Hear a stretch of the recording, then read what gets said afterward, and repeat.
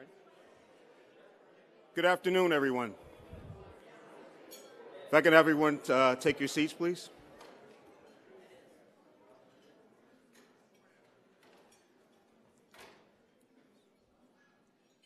Hey, young man, how are you? It's always good to see one of our fellow Brits. I'm an honorary Brit today, by the way. So, for those of you I've yet to meet, my name is Victor Lagroon, and I'm the director of the Mayor's Office of Veterans Affairs here in the great city of Chicago. So I want to welcome those of you who are visiting us to our lovely city. As you can imagine, it's a balmy 45 degrees outside, so don't go running around in your shorts, all right? I'm a proud veteran and also a member of the 10th Mountain Division. And in the United States Army, I had a great opportunity to serve my nation abroad, as well as domestically. And now I have that opportunity to serve locally again. I've been pleased and blessed to serve on the USGLC's Illinois Advisory Committee.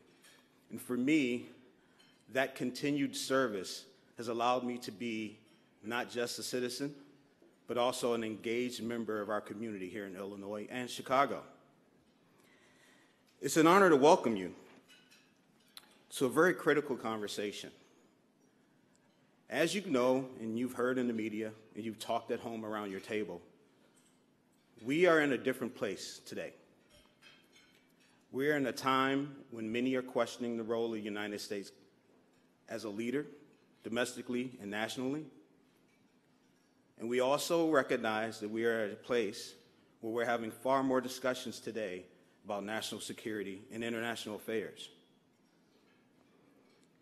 Here in Illinois, the USGLC's committee is really, how should I put this? If I were a superhero, I would call this the Avengers. Huh? How about that? Not because I have special powers, but because we've assembled a group of leaders, roughly about 85 of us, who throughout the state can take the moments that we need to meet with our leadership, to ensure that we're having a critical discussion about how we lead nationally and locally, how we ensure that our national security interests are met, but we lead in a way that is beneficial not just to us, but our partners. Now, it's no secret that we are all in a trying time, but I firmly believe that these are times where we have great opportunities. Before we go any further, I'd like to ask that all of our veterans in the room please take a stand.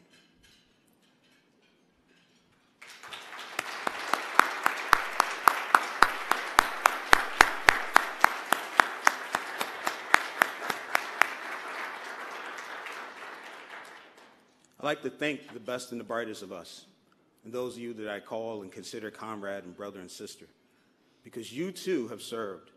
And you're here today because you know that this is a critical discussion that we're going to have. I also want to take a second to recognize Congressman Quigley, who has been a staunch advocate on how we do what we should be doing nationally and locally. You, sir, have made a great commitment to us, and we look forward to hearing your remarks today as our keynote. And now, if you will, please join me as we review a video. Sorry.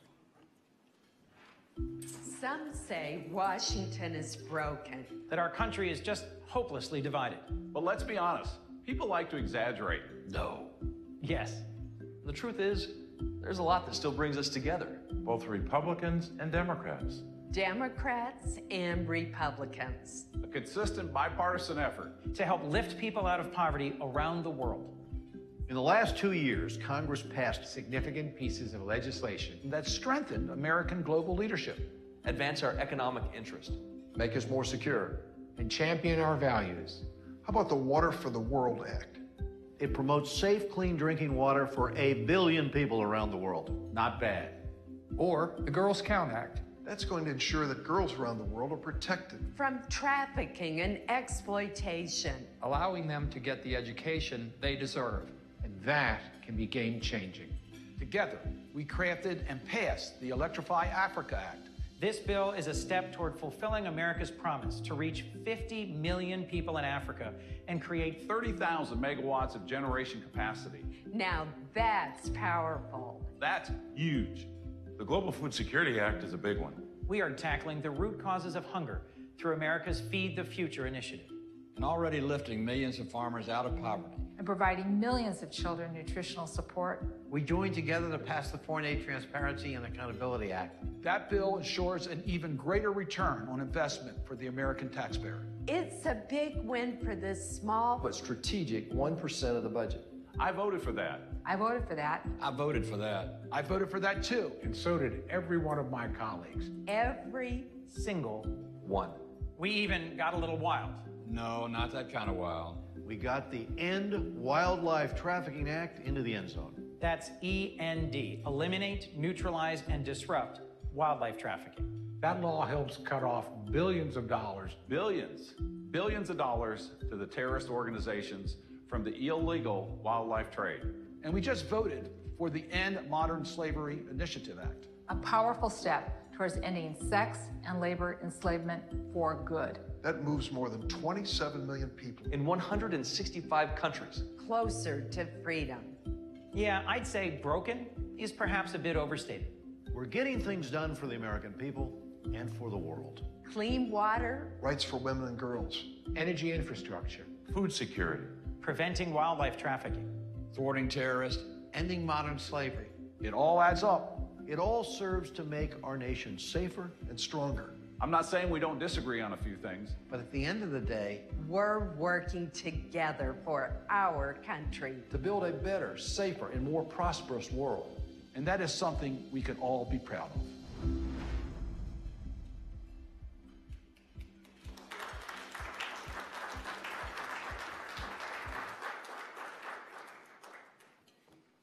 Wow, it's inspiring to see what we can do when we work together across the aisle. I'm Catherine Riley, Director of Global Public Affairs for Aon. I'm based here in Chicago. Aon's the world's largest insurance broker and professional services firm. I operate here from Chicago, but we're in 120 countries across the globe. And I'm honored today to be here on behalf of the campaign and coalition. I'm on the Illinois Advisory Council for the committee, and on behalf of hundreds of businesses, large and small, here in Illinois, we know that our local economy is linked to the success of the economic undercurrents around the world. Today, more than 95% of the consumers live beyond the U.S. borders, and our fastest growing markets are in the developing world. These are our current and our future markets. And our strategic investments in diplomacy and economic development are critical to advancing. This is important as we try to fight corruption, enforce the rule of law, and help open markets for America's goods and services, which is how, collectively, we in Illinois were able to export more than $60 billion in goods to foreign markets in 2016 alone. And I know our special guest, Congressman Quigley, and our guest speakers today share this understanding. So let me just preview our panel for this afternoon as you enjoy your lunch.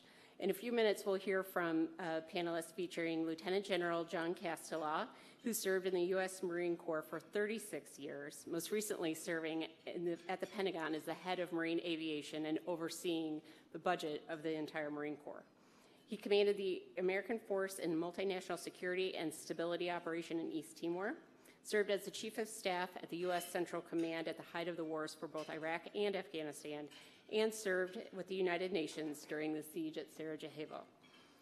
Today, General Castellaw serves as a member of the U.S. GLC's National Security Advisory Council. Also on the panel today, we'll have David Weiss, the President and CEO of Global Communities, an international nonprofit organization that works to create long-lasting and community-led change that improves the lives of vulnerable people around the world. Mr. Weiss spent nearly 20 years working in government in a variety of roles, including Special Assistant to the Director of the Peace Corps, Economic Officer in Haiti, Aide to the Secretary of State, and U.S. Trade Representative for North American Affairs. We've also welcomed U.S. GLC's Executive Director, Jason Gross, to moderate the discussion. So welcome to our panelists. Before we start the panel today, it's my pleasure to introduce Congressman Mike Quigley, who's been a strong supporter of American development and diplomacy programs. As a co-chair of the International Basic Education Caucus and member to a number of diaspora-focused caucuses, Congressman Quigley understands the value of these programs to communities around the world and here at home. The 5th District is well served by his exceptional public service and strong belief in America's leadership around the world. So, ladies and gentlemen, please join me in welcoming a true leader and special guests to the stage, Chicago's very own Congressman Mike Quigley.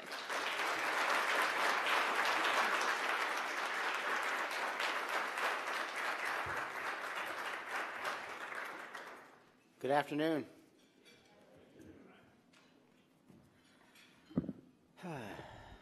I saw the news this morning. I felt like the scene from, was it Police Squad? Nothing to see here, nothing to see here. It's hard to know where to begin. Let me be candid for a minute. I anticipated talking for a third of my presentation about what global leadership is, a third in what it's not, and a third in how we go forward together. So first of all, the first third was pretty well covered by the video we showed, but I think it's helpful for us to thank USGLC for not just having me here today, but the extraordinary work you do. So thank you so much for that. And thanks for letting me speak for the other two-thirds about everything else that's taking place. There's some trepidation in talking about what isn't U.S. global leadership, because it appears to be negative, but it really is. There's just things that have to be said in the wake of Senator Flake's important speech last week. It has been called the most important speech on the House floor and the Senate floor in 17 years. I think it goes back farther than that, including both houses of Congress. So when asking what is global leadership, it's instructive to talk about what is not global leadership. And it is all tied together with the important work that you do. In the final analysis, what keeps us safe is our reputation. What keeps us safe is the fact that people like us and they know we care about them and we're willing to protect not just ourselves, but everyone else. So what is not global leadership? Building walls, divisive politics, xenophobia, bigotry, blaming everyone else for our own troubles, failing to take responsibility ourselves, speaking highly of the world's darkest strongman leaders, attacking Western democratic institutions such as the United Nations and NATO. I can't help, as serving on the House Select Committee on Intelligence, watching the campaign unfold, just how similar many of its tenets were to President Putin. What else doesn't work? Isolationism on an economic, social, and military basis. Pulling out of the Paris Accord, threatening not to improve NATO, NAFTA, which certainly needs improving, but threatening to pull out entirely. Folks, well, how does that affect Illinois? 42% of all Illinois crops are exported. Who are the big customers for our farmers and just about everybody else in Illinois who exports? Mexico and Canada. Gutting the State Department. As General Mattis said, there's less money for the State Department, you're going to need a bigger military. In May, there was a $37 billion proposed cut to the State Department and USAID. Two things that hit me. First, we don't always recognize, because the United States has played such an important role in the world, but in the final analysis, the world will revolve without us. We've seen what happens in this world when we don't play a role, prior to the Second World War and other times. I don't want to see that time again. I was a proud supporter of President Obama's trade proposal, which makes me a Democratic unicorn. But I was cognizant of the fact that when I traveled to Thailand and Cambodia and Vietnam, that China's not waiting for us. Now the rest of the world. They're going to do these trade deals without us. and that will not allow us to do what you do so extraordinarily well, to export our morals. I want to export everything Illinois and Chicago makes, but most important, I want to export our morals, because that's what has made this country so special. Someone says, well, what are your basis for the concerns you have about foreign policy? In a word, I guess I would put it as superficial. I just spent a week in Turkey. Let's assess the situation in Turkey for a second. They're moving to the east, not the west. They just survived a coup. They just bought a Russian missile system that is incompatible with NATO. Of course, Syria, Iraq, extraordinarily complicated military issues are right there. Anti-terrorism issues, and the fact is we're not even exchanging visas at this point in time. It is a time and place in which, even as a member of Congress, when I visited, I was either in a very strong, thick-walled car or in an embassy or in my hotel room, because in the rest of the country it was not considered safe. And at this critical juncture, we do not have a U.S. ambassador. And the diplomatic corps has expressed extraordinary concerns that the administration is going to propose what can only be described as a political appointee to that critical position. Again, now 3 years on the House Select Committee on Intelligence, our reputation matters. When the Cardinal was installed in Rome, the mayor of Chicago was kind enough to bring a delegation there to Rome. An extraordinary event, and my proud Catholic wife was really happy with me for bringing her on that trip. I took the opportunity to meet with, as we do in all countries, our intelligence organization and the home country's intelligence organization. Just the beginnings of this administration, and they struck me with something. And remember, we're getting briefed by folks that can't be described as leftist Democrats in the intel community. Most of them were former military. They're bipartisan, but mostly they're patriots with a very practical view of the world. And the reason they wanted to brief me was not just to catch me up on what was going on in Europe and the intel world. They said, why do folks help us? Right? Hey, look, I want NATO to get to their goals of protecting us and joining them in the military buildup that's necessary there. But I will tell you right now, what they share with us helps us and keeps us safe in ways that are very hard to describe.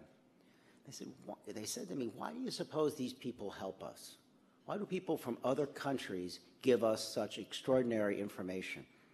And they went through the list that you might suspect, but they said the most important one is our country's reputation, who we are, right? The United States of America, as President Reagan was fond of saying, is not just a country, it is an idea. That you go to other countries and you not become a citizen of that country in the sense, right? You come to the United States and you're an American. I underestimated just how important that was. And the fact that we provide aid and that folks can come to us when there's a problem is invaluable. I learned a long time ago to appeal to people, to get them to do the right thing. You can't just appeal to their heart. Now, the video we just saw, a lot of that appealed to their heart. Right? We're helping people, and that matters. But I've also learned that it's as important to appeal to others who maybe not focused here, but here you have to appeal to their brain. This is all really smart policy. It's really smart from an economic point of view. It's really smart from a military point of view, and we have to remember that. Your challenge is to help educate the American public. Many of them are just convinced that a quarter to a third of our budget goes to other countries instead of the 1.5% that is that reality, and just how important it is. And perhaps you're the best messengers, along with General Mattis and others, who talk about how important that is. But I would say this, as practice in deed and notion, anyone who views the concept of America first is healthy is mistaken.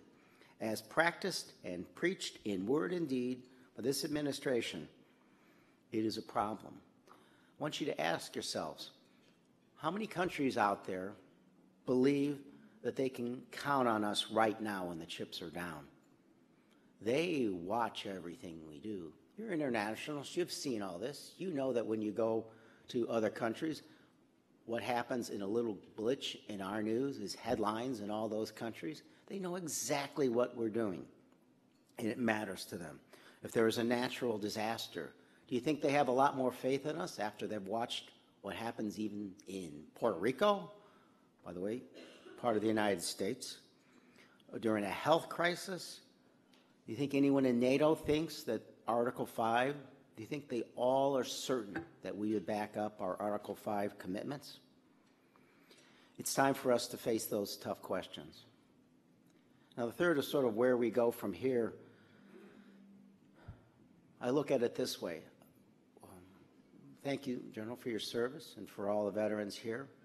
I am reminded my father served during Korea.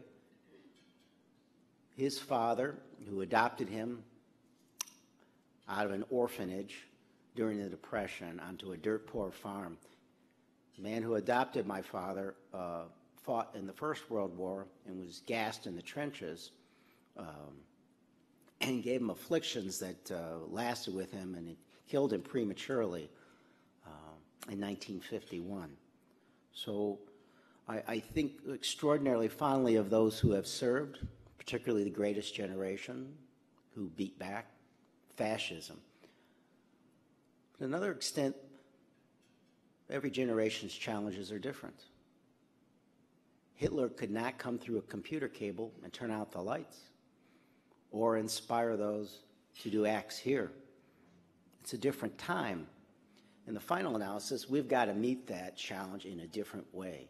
It is more important now than ever that we take care of other countries and work with them and trade with them and cooperate with them, because the dynamics are so different. The threats are real, and the threats are here, not just abroad. And the fact that we share this information keeps us safe. That obviously includes a strong military, but we have to be smart about that as well. I think we have to ask ourselves, well, many have, if we really need all three of the nuclear triad, right? Do we really need nukes in the Dakotas when several in the Department of Defense have questioned their strategic and tactical value when they cost about $2.75 billion a year? I only position that with the fact that grants for Homeland Security have been reduced by 50% in the last 6 years, right here in Chicago, where the threats exist. The grants that Chicago can apply for have been cut by 50% in that time frame. Grants for transportation security have been cut by 75% in that time frame. What did the CTA do with their money? They put cameras. Where they put those cameras, crime itself was reduced by 50%. And the infrastructure security grants that deal with home security have been zeroed out in the last 6 years. It absolutely makes no sense. We just have to be smarter with the resources we have. It's interesting to note, General Gates said that the greatest threat to our security is our nation's debt and deficit. This comes at a time when this week we'll be talking about legislation which could increase that amount by $1.5 trillion. So yes, there are pro-trade Democrats very concerned about the debt and deficit.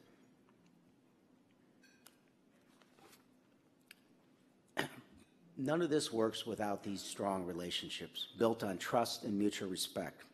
And the final analysis, as corny as it sounds, what our mothers taught us is true. We need each other in the family, we need each other in the community, at the state, at the federal, and the national level. There's so much more that should unite us, and there's so much more we need to do than allow that which divides us.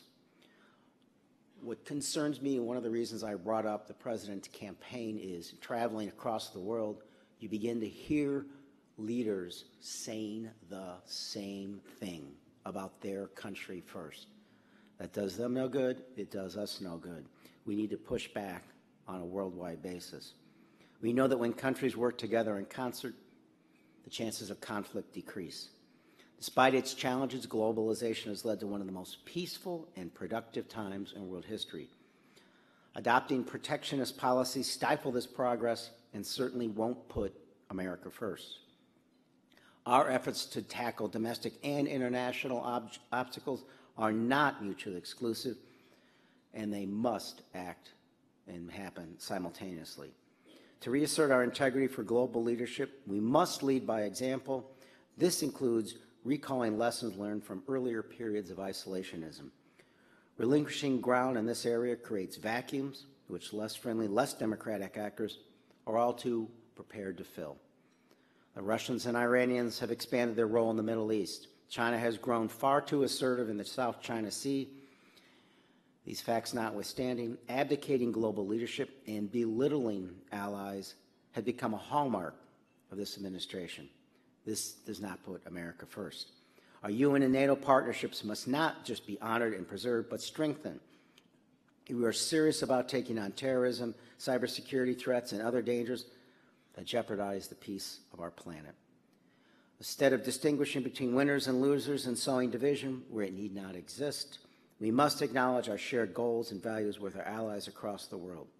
Our commitment to democracy and diplomacy is what really makes this country great.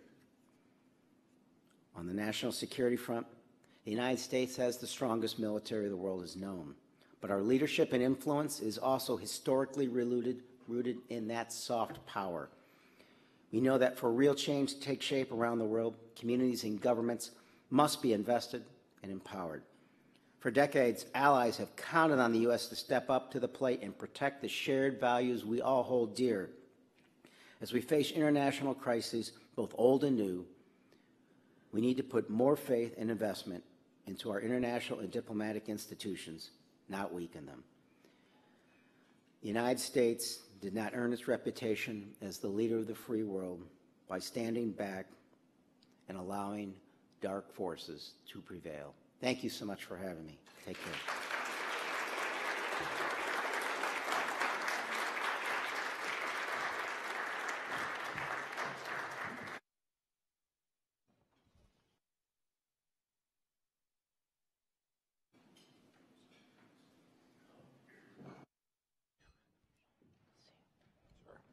Congressman, I think we saw there in those remarks why Congressman Quigley is such an effective advocate for U.S. global leadership in Congress, and why all of you here today are fortunate to have him as your representative in Washington.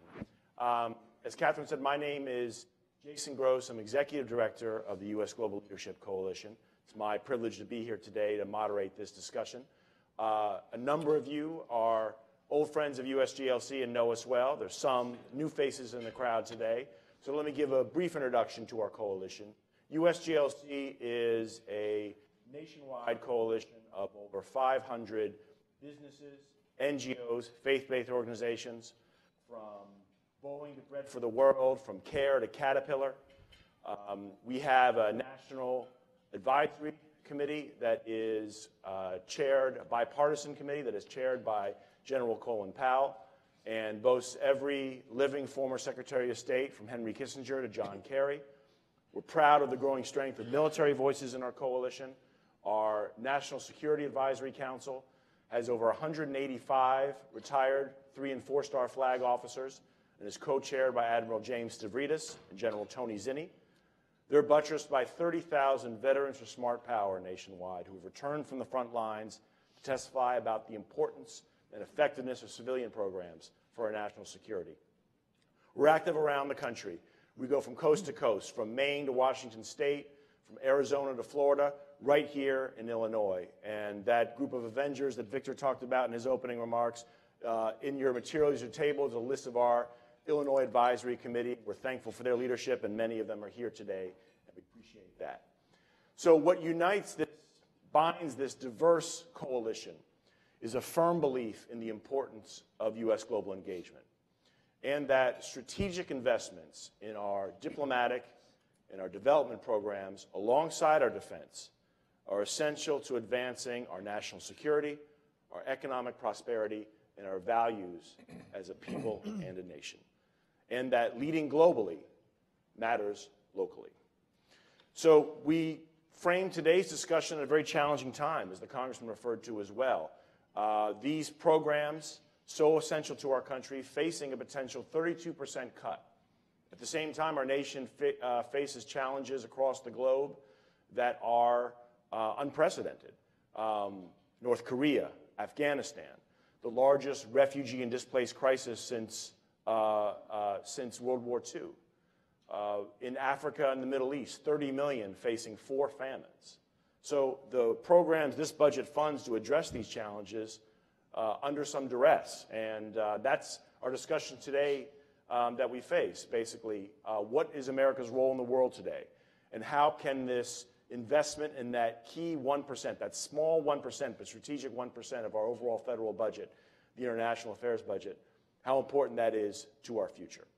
So that'll be our discussion today. We're going to organize it into 2 sections, the first being national security, the second being economic issues and our values as a people.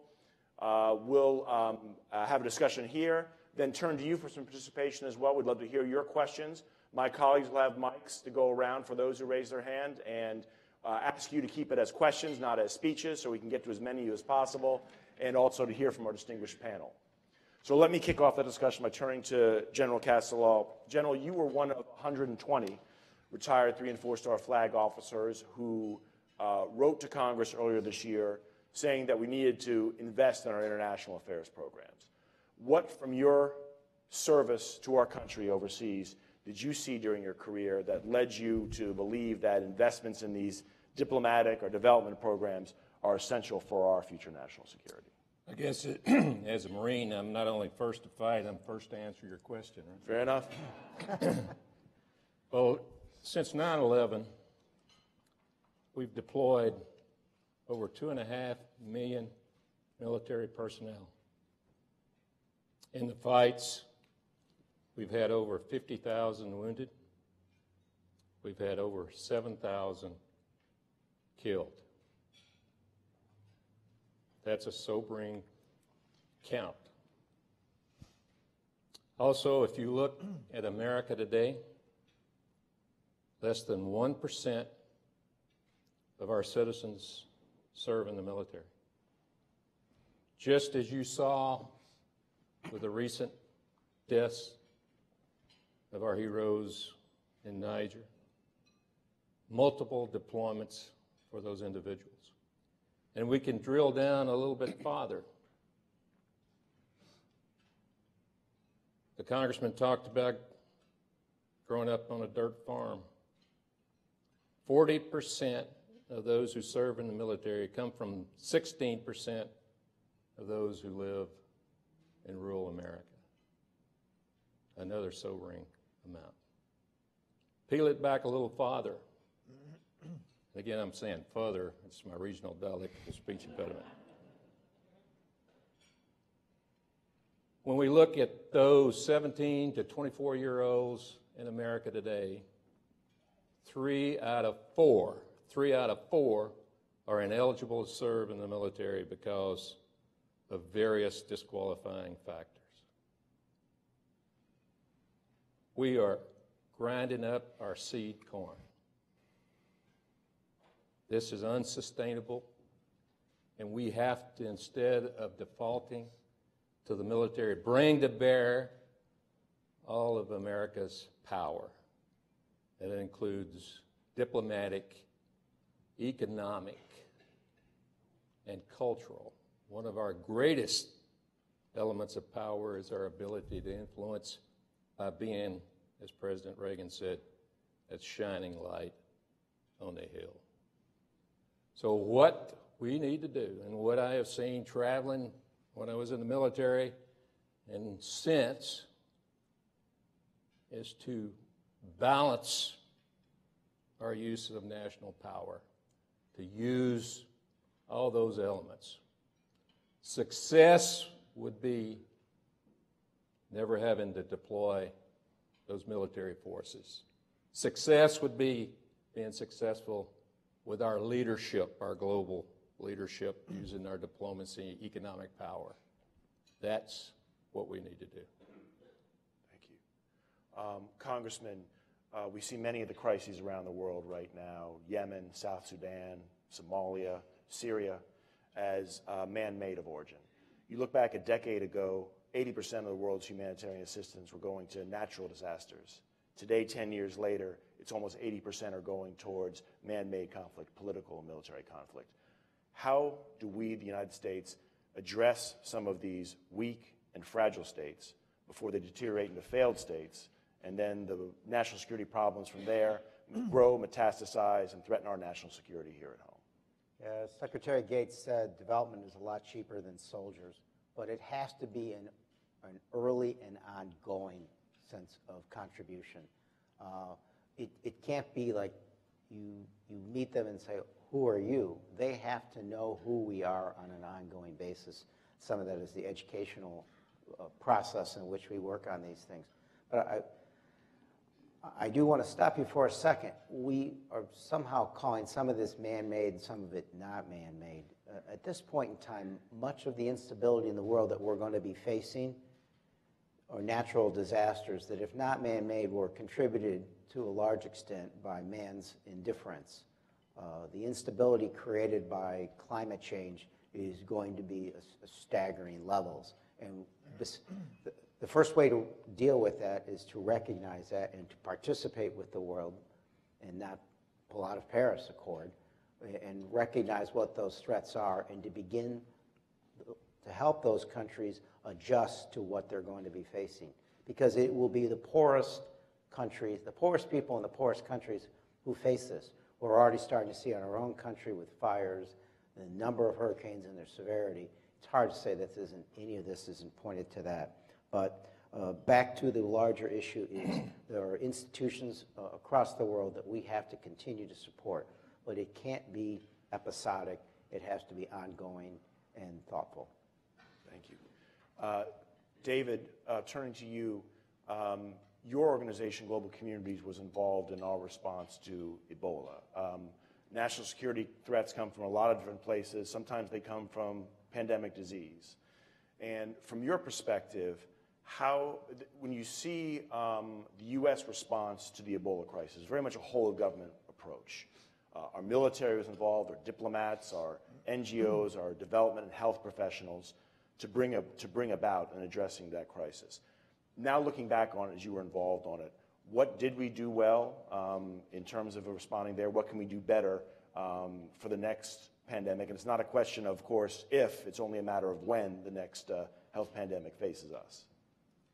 Yeah, well, thank you, Jason, and thank all of you for having me here. And I particularly want to thank the veterans, but also Congressman Quigley. You know, I don't think people thank members of Congress very often. Whoa. Sorry. But maybe that's why. I'm just not used to that. Thank you very much. But there's a short in my system. We really need people in public service today who understand these kinds of issues, and so I greatly appreciate that. With the Ebola crisis, it's interesting because weren't really known as a health organization. We don't do clinical health. We do a lot of preventive kind of health for HIV/AIDS and things like that. But what we were doing, and I think one of the lessons learned for us in the Ebola crisis, is what we were doing prior to the outbreak of the pandemic was a very small USAID program where we were basically a water and sanitation program. And we were working in about 300 local communities, village level, rural Liberia, and basically putting in latrines and educating people about hand washing and really the basics of water and sanitation and hygiene. And it happened that those counties where we were working were the epicenter of the Ebola outbreak. And I'm just going to jump to one conclusion right off the bat, which is that at the end of the Ebola crisis, every one of the 300-plus communities where we had been doing that work remained Ebola-free throughout. even those surrounding villages were horribly stricken by the disease. But we had been there in the small aid-funded program, and we were engaging in these local communities, working with the tribal leaders who helped us in the communities to build the trust of the communities. And then when Ebola broke out, thanks to our military and the great logistical support, where they were building Ebola treatment centers, and that was helping people who already had gotten Ebola. But the vector of the disease was still skyrocketing. And I'm sure you all remember all the scary stuff on CNN, and there were governors who wanted to close their states to anyone coming in from West Africa and so on. But what we found is that the real cause of the disease was the kind of tribal, local cultural rituals that the Liberians have when a loved one dies, which is they wash the body with water and then they wash themselves in that same water. And that is what was causing the horrible spread of the disease. So because we had built the trust under this little aid-funded program, the trust of these communities, lo and behold, we're asked to reach out to the communities, and eventually we were in every county, every community in Liberia, to provide the removal of dead bodies and the dignified burial of dead bodies. And it was tough because the government of Liberia was wanted to cremate the bodies, but that went against the local traditions, and so Liberians were hiding the bodies and not allowing them to be taken away. And so, again, with our network with tribal leaders and so on, we were able to have that trust in the communities, and we did the removal of the dead bodies. And when we got to a point where we were in every county and we could remove anywhere in the country a dead body within 24 hours, take it to a cemetery, which we had to build ourselves, but all of a sudden the vector of the disease started to plummet. And I mentioned, I'm sorry to go on at maybe too much length on this, but I mentioned that story because the lesson learned was not how we dealt with the pandemic. It was that small investment of taxpayer dollars through our USAID program, working in a country like that on these sort of the most basic things of water, sanitation, and hygiene, and building the trust of those communities. And I will just end this by saying that once the crisis was over, the pandemic ended, we went on in every community in Liberia to do those water and sanitation programs, because we felt at that point that that's building a wall that will protect not only the United States, but other countries in the future from a pandemic spreading there. Congressman, follow up to you on that. David tells a fascinating story of a great reactive policy of the United States to address this crisis. How do we get to being proactive in strengthening health systems across the globe so that we're proactively trying to prevent future pandemics from emerging before they do, before we have to react to them in the future? Yeah, I think we need to educate the American public why this matters. You saw, as you referenced, that it was just before an election, and CNN newscasters were breathlessly talking about this plane is landing and bringing this horrible disease into your backyard, and it just was extraordinarily counterproductive and a disaster for a lot of reasons. Well, as an appropriator, I've watched how these programs work, especially as they deal with the low-hanging fruit in Cambodia, as you said, with basic sanitation and maternal health. They were able to just make extraordinary strides in a short period of time. These are cost-effective programs, letting the American public know that. The Global Fund, we need to continue this. 9.2 million people have been treated for HIV/AIDS, 15.1 million for TB, and they provided 658 million mosquito nets. This isn't a lot of money. It's saving extraordinary lives. Back to what I said at the beginning, if you can't appeal to their heart, appeal to their brain. In the final analysis, no one is immune to any of this. You ought to care anyway, but if it takes appealing to perhaps a selfish interest in this issue, we're all in this together. And just, again, USAID, UNFPA, the President's Emergency Plan for AIDS Relief. These are all programs that have done extraordinary work with limited dollars. As the only appropriator in Illinois, we need to get others involved. Well said. Let's turn to the economy and got an audience poll to kick off this section right here. So I'm going to give you 3 answers. Consider your answer and ask you to raise your hands. When we're looking at of America's top 15 trading partners today, how many were former recipients of U.S. foreign assistance? So you got three choices here. Fewer than 5, fewer than 10, more than 10. So first, fewer than 5 recipients of our top 15 trading partners. Hands up. Okay, skeptical crowd. All right, fewer than 10. And more than 10. All right, you saw where this question was going. It's 12. 12 of our top 15 trading partners were once recipients of foreign assistance. Mexico, Japan, South Korea, India, Brazil, the Marshall Plan countries as well. It shows this tradition of us helping those in need today become our trading partners or economic partners in the future. Of course, George Marshall made the case for American assistance to Europe by saying that we rebuilt there for the future prosperity and security of our own country. And with 95, as Catherine talked about, 95% of the world's consumers abroad, 80% of global purchasing power outside of our borders, American businesses look overseas for future markets and look for these long-term programs that build transparency, rule of law, better conditions for economic growth abroad who can become purchasers of U.S. goods and services in the future. So turning to David for this question, looking to the Marshall Plan, that example and more recent ones across the board, Global Communities works in countries around the world to help build future growth. How do you do that? What's the enabling environment that you guys work with in partnership with USAID and other ones to help create that stability first and that hopefully that economic growth and healthy communities in the future?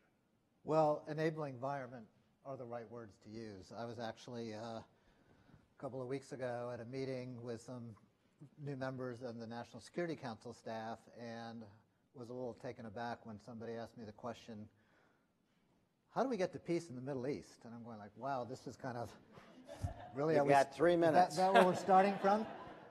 But what we do is we try to play some role as we can to help create an enabling environment. And in a region like the Middle East, and we work in 28 countries, but we're more invested these days in the Middle East than any other region, largely because of the humanitarian crises and the conflicts.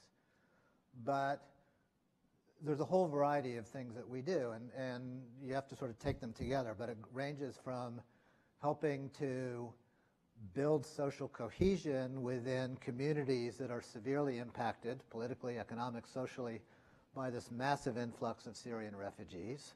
So you take a place like Jordan where we're doing that, and you're trying to keep these communities together. Jordan's a critical, not only ally for the United States, but in that region, it's a critical buffer state, providing stability, and so we're trying to help maintain that.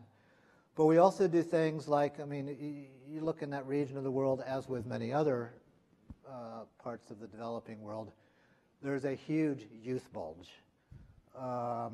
Huge numbers of youth who come out of school and there are no jobs for them. And in that region, as well as places like Kenya or the Horn of Africa, when you have young kids who are in their late teens, early 20s, who can't find a job and they're sort of idly hanging around on a street corner, they are ripe for being recruited by extremist groups.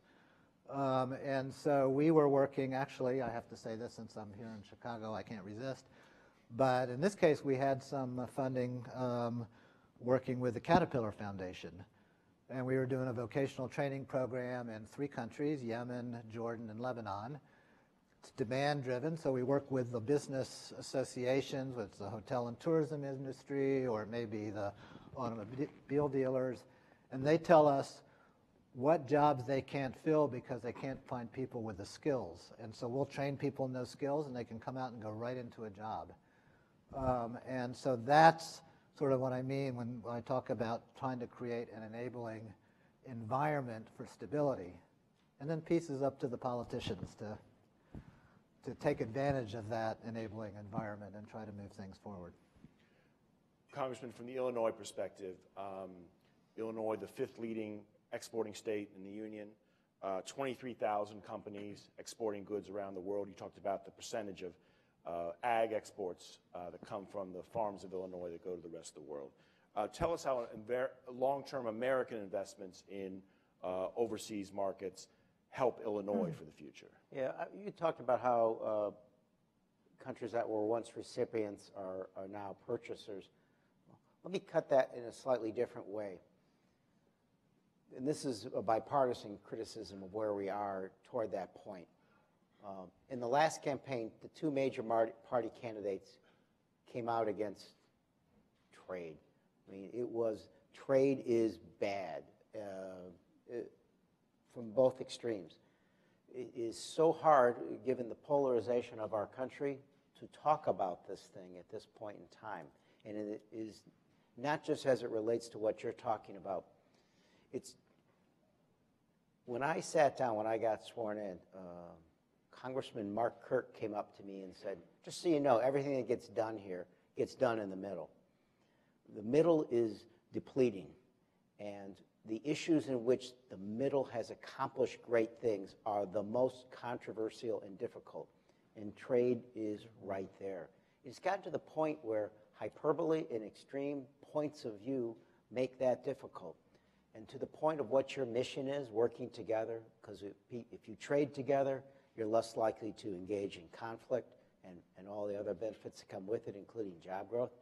We have to have some method of communicating to the middle, or at least the notion that I can't keep going to rallies in which people say, get this done, but don't you compromise.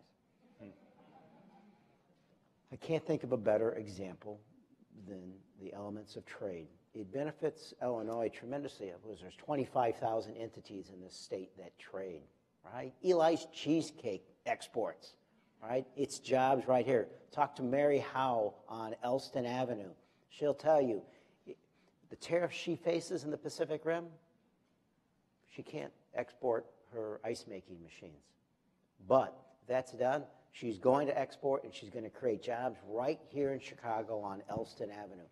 We have to educate the public better to help them understand why globalization is complicated and has created issues for us to resolve. Turning our back to that issue hurts us right here on Elston Avenue. It hurts Eli's Cheesecake and all the people who buy that amazing product, and everything else that we grow and build here in the state of Illinois. General, turning to you on this economic issue, former chairman of the Joint Chiefs, Admiral Mullen, talked about American efforts to raise the standard of living in developing countries helped reduce the threat of instability. David talked a little bit about the youth bulge in his part of the world.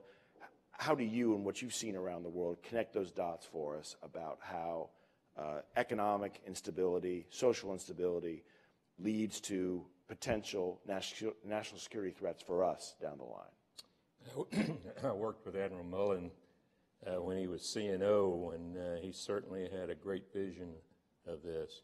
The big threat that we have now is areas of ungovernance.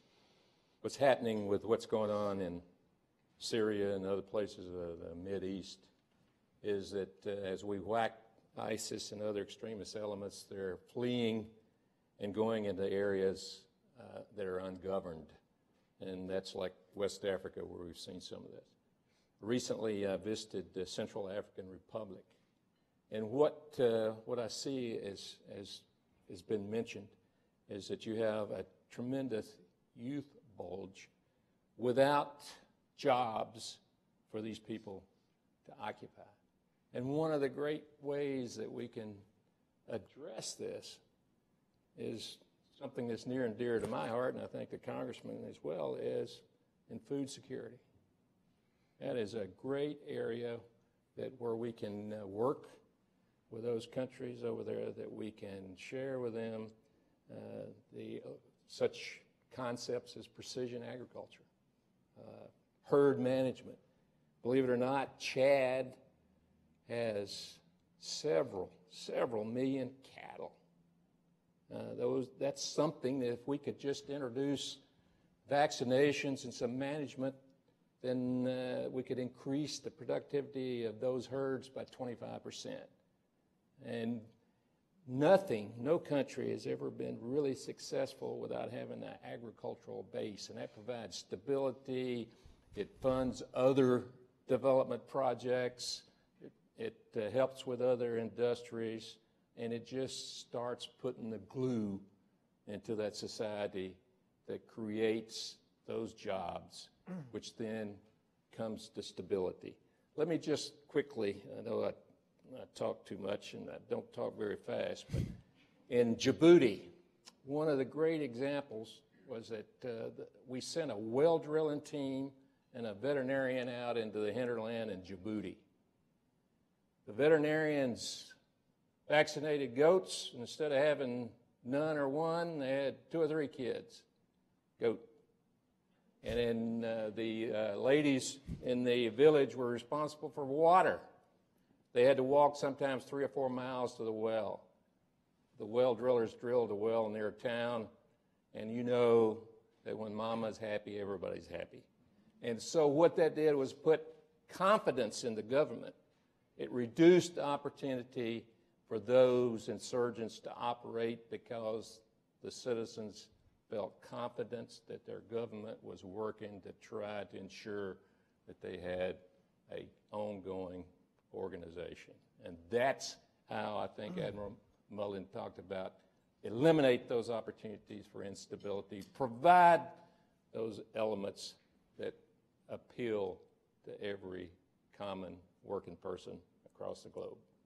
Thank you for connecting those dots, General. Appreciate that. Before we get to some audience questions, let's go to a current event before we shift to that next gear. North Korea. Congressman, we have the Vice President, Secretary of State been to East Asia a number of times. The President is headed over in that direction pretty soon. How do you see diplomacy, the role of that in trying to avert, head off a nuclear crisis with that country? I think first the administration has to stop being in conflict with itself.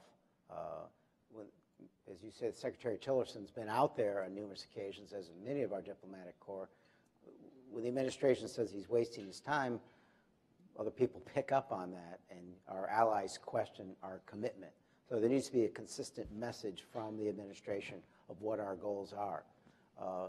The first quarter of this year, the Russians actually increased their trade with North Korea. So in the conversations we have with President Putin, one of them ought to be directed there. It was great to see the Security Council unanimous in their recent efforts in sanctioning North Korea, but there can't be any gaps in that as we go forward. We have, 26,000 troops near the DMZ, 4,000 more in support personnel. It's a very dangerous situation. I was there 2 years ago when the mines went off and hurt the South Korean soldiers, and the conflict was close to erupting then. This is going to take a much higher level of action by our allies. China needs to take that final step and make it really clear that the biggest issue they're concerned about in losing, perhaps with the North Koreans are concerned about losing with China, is in the energy sector, just getting shut off there. That threat has to be made because you see, reading the tea leaves, that the North Koreans are convinced that additional test will send the message to the world that they're invulnerable and that they ought to be left to keep this status quo as the normal. General, long-standing challenge we've had with North Korea that's only seeming to get more complicated by the day. What's our role of diplomacy to try and head off an armed conflict with North Korea? Well, my first job as a general officer was assigned to 3rd Marine Expeditionary Force, was to go to Seoul with a regiment of Marines and a squadron, go down to a bunker and start evacuating 125,000 non-Koreans, third country nationals and Americans.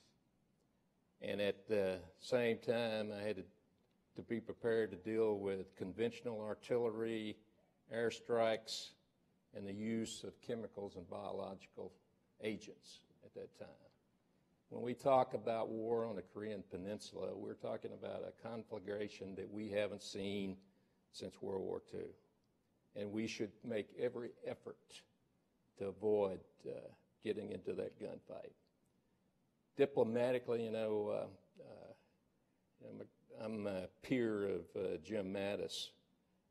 He's called the Mad, Dog Mattis, but his real title is the Warrior Monk, because he's an extremely intellectual and thoughtful, well-read individual.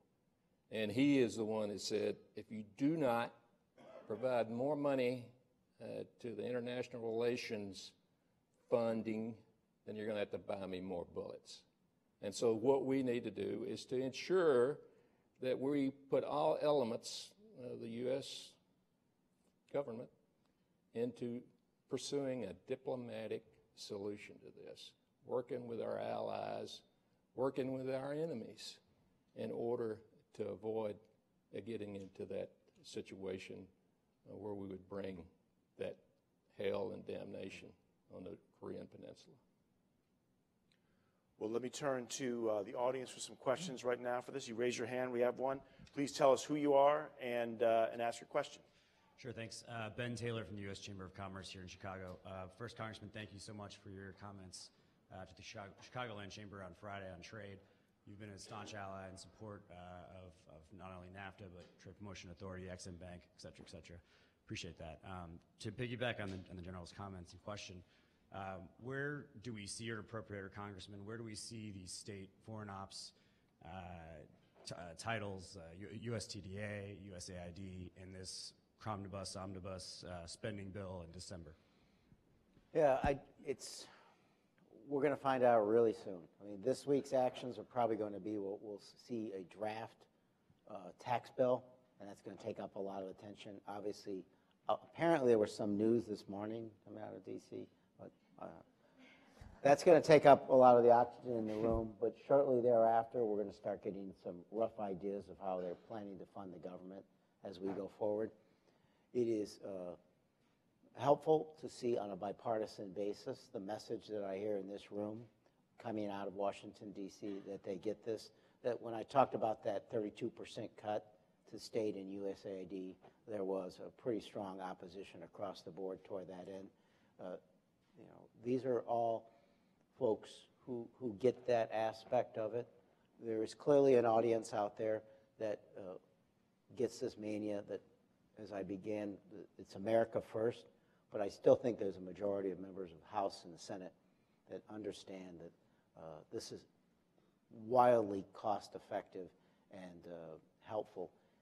Their job is to message as much as effectively as they possibly can in the coming months. So don't know the exact numbers as they pop. We're going to find out real soon. We'll be busy with a few other things in the meantime, but I think we'll get there. And the Congressman makes a great point about the international affairs budget. So administration at the beginning of the year proposed a 32% cut to that budget. There was a chorus of voices from different communities, leading generals and admirals writing to Congress, faith leaders writing to Congress, 200 business leaders from across the country writing the Secretary of State. And Congressman Quigley wasn't alone in leading this charge and opposing it. Over 200 member statements, bipartisan, bicameral, all across committees saying this is wrong. That process isn't over yet, but the Senate's looking to cut only about 1% right now at its level. The House is more about 10%. We're going to figure that out some point before the continuing resolution ends, but they're on a path to restore much, if not all of that. So Congress has really stepped up, put their money where their mouth is, and said, and this is a tradition of years right now of leadership that says we need to reinvest there, and that's really heartened to our community, and the leadership the Congressman and his colleagues have shown has been incredibly important for us. And that threat of a $1.5 trillion increase in the debt is problematic, because that will be, for the next decade or longer, this drawdown on all the needs this country has, making it much more difficult to fund where we need to fund. A couple more questions right here. Katie Stillwater with the Illinois Chamber of Commerce, also here in Chicago. 2018 elections are coming up. There continues to be this kind of wave of thought that we need to continue to disengage from the international community. What do you say to those constituents who continue to vote in that regard? You talked about education being kind of our needed effort to help combat this. I guess I'm just looking for all those of you on the panel. What do you say to the average person? Well, I would start by saying that it's not only a wise investment to engage internationally in terms of helping to try to create more stability in the world, which ultimately saves the U.S. taxpayer a lot of money. There is a significant return on these investments. But I would also say, there's a moral aspect to this. I've traveled over 120 countries in my career, and literally every place I've ever gone, when people realize I'm an American, they always will say something that points to, we're looking to the U.S. to help us. We're looking to the United States for their leadership, not just militarily or not just economically, but moral leadership. And I think as Americans, it's really very much in our interest to continue to promote what are in essence American values. When I was in the Pacific Rim talking about the trade deal, it's very clear representatives from all those countries said the same thing, that they want an alternative to China to work with, right? China's not sitting on the sidelines. They're negotiating deals that don't have any of the things that we care about, right? Human rights, environment, labor, and so forth. They're plowing right into this. So my message to my constituents is, hey, look, if those are your key issues, then you ought to be pro-trade. If you're really about security, if you're on some other extreme, then you really ought to worry about moving forward on trade. I'll close by saying this. Part of this is how people are getting their message, right? I'm putting us in the same general age brackets. When we grew up, we read print. And over half the time, we were reading, at least within each publication, something we disagreed with, or an author that we typically disagreed with. The best studies now, because of, I don't have my phone on me, which is shocking, it's about single digits, that Americans are reading sources of news on which they disagree. And it's less than single digits. So to get to your question, anything else that you care about, especially if it's complicated and layered and textured and perhaps not obvious, it's how Americans are getting their news and their information, and how do we overcome that so that all at least get the opportunity to learn what they need to learn. I started out reading cuneiform tablets, so for me, it's about investment to save what is America's most precious resource, and that's the blood of the young men and women who serve in the military. What this is about is exerting U.S. leadership to provide a world with the stability they need. And we need to do it in a balanced approach. Military, yes, when necessary, but diplomatic, economic, and cultural. That's what this is about. It's about America first. I deployed, my wife is a real hero, and she moved us 25 times in 36 years. But what this is about is making those investments that prevent the situation getting to the point where we have to deploy those young men and women who then make that sacrifice of their blood for our security. Got time for one last question before we go. Gary, got one there. I'd like to thank the panel. My name is Gregory Harris with BioGem Industrial Research and Development Global. And I'd like to thank the panel for this assessment of the threats to the United States and the leadership challenges that faces America. I'd like to know if there's any assessment on the challenges and threats that are faced in the Caribbean Basin and our third border. I went to Cuba earlier this year, and one of the things about Cuba is and this was for Illinois, big farm state, Tennessee, we're a farm state. We used to be the #1 provider of agricultural products for Cuba. Right now, we are number 5 or 6 or somewhere down there. In this time when the cycle is down for American farmers in terms of commodity prices, we need to develop wherever we can a market for that corn, that soybeans, that cotton, and all the other stuff that we do. At the same time, we need, Cuba is vulnerable. The Soviets are gone, they're not providing oil. Venezuela is teetering on the edge of chaos. And so the opportunity exists down there for Cuba to follow in that path. And so we need to engage with Cuba to ensure that we provide the support. It's in our interest. The Cubans like it too, but it's in our interest to make sure that they don't descend into chaos. Well said. David.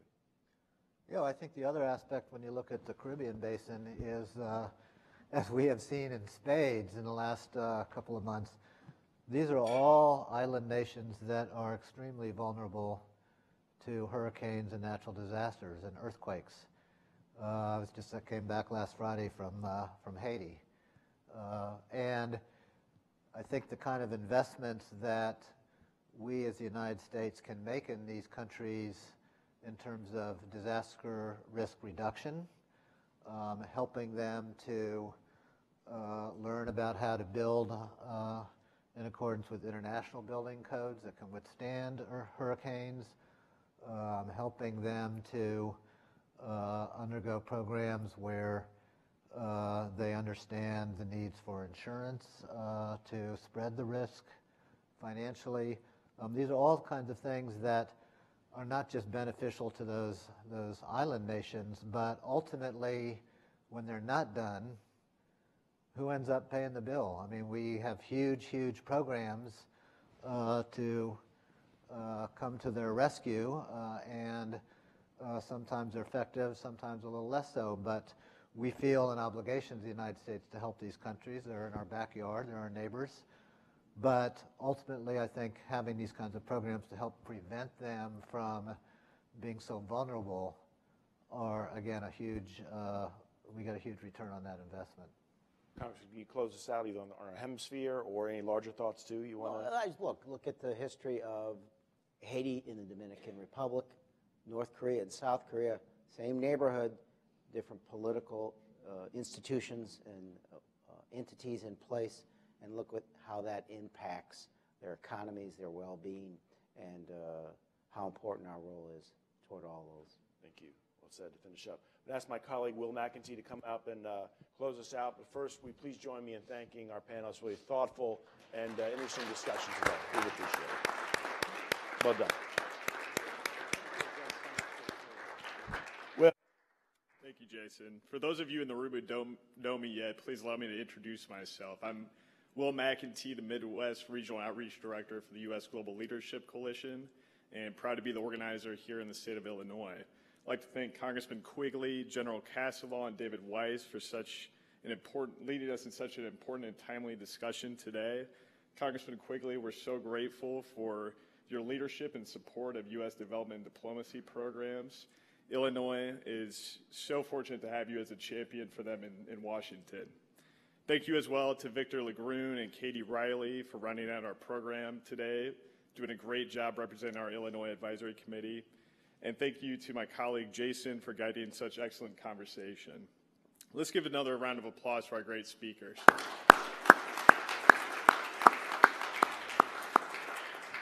Thank you. Well, part of my job that I love most is working with leaders like our speakers and all of you here in the room today. Thank you again to our Illinois Advisory Committee and partners for making this event possible today. So many of you are doing such incredible work, and it's a constant reminder that Chicago is truly a leader in the global community. I know I speak for all of us when I say this was a very informative discussion on how development and diplomacy help ensure our national security and advance our economic prosperity right here in Illinois. So after a great event like this, how do we continue to build the momentum? Well, I invite you all to join us in our journey to support America's global development and diplomacy. We aren't asking for your money or a lot of your time. We're simply asking you to lend your voice. Here are some quick ways that you can help us out. When Congressman Quigley and the rest of the Illinois delegation takes a stand against isolationist voices in Congress, send a note, say thank you, it really matters. If you are a veteran in the room today, please join and encourage your fellow veterans to join. our Veterans for Smart Power initiative. We need game-changer voices like yours. Please follow us on Twitter and Facebook for important updates on development and diplomacy programs, and share what you learned here today with your friends and families. You're part of an important movement around the country, and we need to have your leaders in your community involved too. As well, I'd also like to ask everyone to please save the date for our annual State Leaders Summit coming up next year, June 18th and 19th. Hope to see you all in Washington. And finally, I try not to ask a lot of you, so you know that when we do, it really, really matters. So please take a look for those emails, and I won't be offended if one of my calls goes to voicemail, but please try to get back to me when you can. And with that, I look forward to continuing our partnership here in Illinois. And on behalf of the USGLC, thank you for joining us today.